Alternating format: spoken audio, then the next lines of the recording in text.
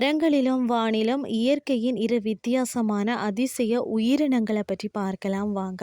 அதாவது இந்த உலகத்தில் ஒவ்வொரு உயிரினமும் தனித்துவமான வாழ்க்கை முறையை கொண்டிருக்கிறது. சில உயிரினங்கள் இயற்கையின் விதிகளுக்கு மாறாக மிக மெதுவாக வாழ்கிறது. அத்தகைய ஒரு அற்புதமான உயிரினம் தான் ஸ்லாத்.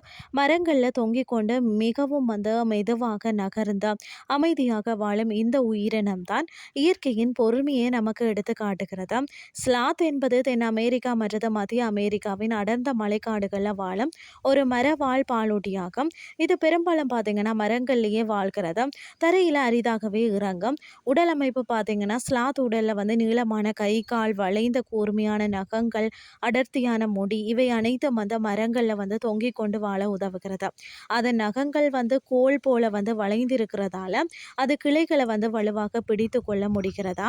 தூங்கக்கூடிய முறை பார்த்தீங்கன்னா ஸ்லாத் மரக்கிளையில தலைகீழாக தொங்கிக் கொண்டு தினமும் பார்த்தீங்கன்னா 15 முதல் 20 மணி நேரம் வரை தூங்குமாம். தூங்கும்போது விழாமல் இருப்பதற்கு தான் அதன் நகங்களும் தசைகளும் உதவுகிறதாம். அதாவது ஸ்லாத் பெரும்பாலும் மர இலைகள் இளம் கிளைகள் பழங்கள் ஆகியவற்றை உணவாக உட்கொள்கிறதாம். இலைகளை ஜீரணிக்க அதிக நேரம் பிடிக்கும். அதனால் ஸ்லாத் சக்தியை சேமிக்க மிக மெதுவாக நகர்கிறதாம். ஸ்லாத் உடல்ல சில நேரங்களில் பச்சை பாசி வளர்ந்து அது மர இலைகள் போல தோன்ற செய்கிறதாம். இதனால் அது பகைவர்களின் கண்களுக்கு தெரியாமல் மறைந்து விடுகிறதுன்னு சொல்லப்படுகிறது. ஸ்லாத் என்பது பார்த்தீங்கன்னா வேகமில்லாத வாழ்க்கையின் ஒரு சிறந்த உதாரணம். அது அவசரப்படாது அழுத்தமின்றி இயற்கையுடன் இசைந்து வாழ்கிறது.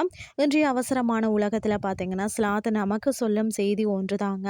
மெதுவாக இருந்தாலும் அமைதியாக வாழ்வது உண்மையான வாழ்க்கை அப்படின்னு சொல்லி. மற்றது மரத்தில் இருந்து வானில மிதக்கும் பறக்கும் பள்ளி. பறவைகள் மட்டுமே பறக்கும் என்று நாம நினைச்சு கொண்டிருக்கும் போது மரங்களில் வாழும் ஒரு சிறிய பள்ளி வானில் மிதந்த மரத்தில் இருந்து மரத்திற்கு செல்லும் காட்சியை பார்த்தால் அது நிச்சயம் ஆச்சரியத்தை ஏற்படுத்தும். அத்தகைய விசித்திரமான உயிரினம் தான் பறக்கும் பள்ளி. தென்னாசியா மற்றது தென்கிழக்கு ஆசிய காடுகளில் வாழும் ஒரு மரவாழ் பள்ளி வகையாகும். இது பறவையை போல இறக்கை அசைத்து பறக்காது. அதாவது மரத்தில் இருந்து மரத்திற்கு மிதந்து செல்லுமா.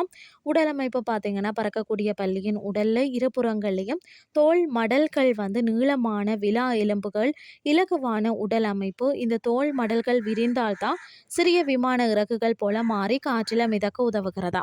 மரத்தின் உச்சியில ஏறுகிறது. தன்னை முன்னோக்கி வீசுகிறது. உடலின் தோல் மடல்களை விரிக்கிறது.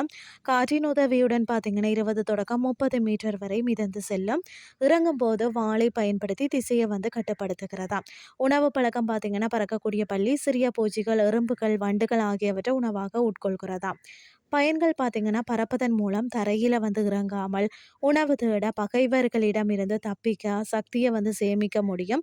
இதனால் அது காடுகளில் பாதுகாப்பாக வாழ முடிகிறது. இப்படி பார்த்தீங்கன்னா மரத்தில் இருந்து வானில் மிதந்து செல்லும் பறக்கும் பள்ளி இயற்கையின் புத்திசாலித்தனத்தையும் உயிரினங்களின் தனித்துவத்தையும் நமக்கு அழகாக எடுத்து காட்டுகிறதுனே சொல்லலாம்.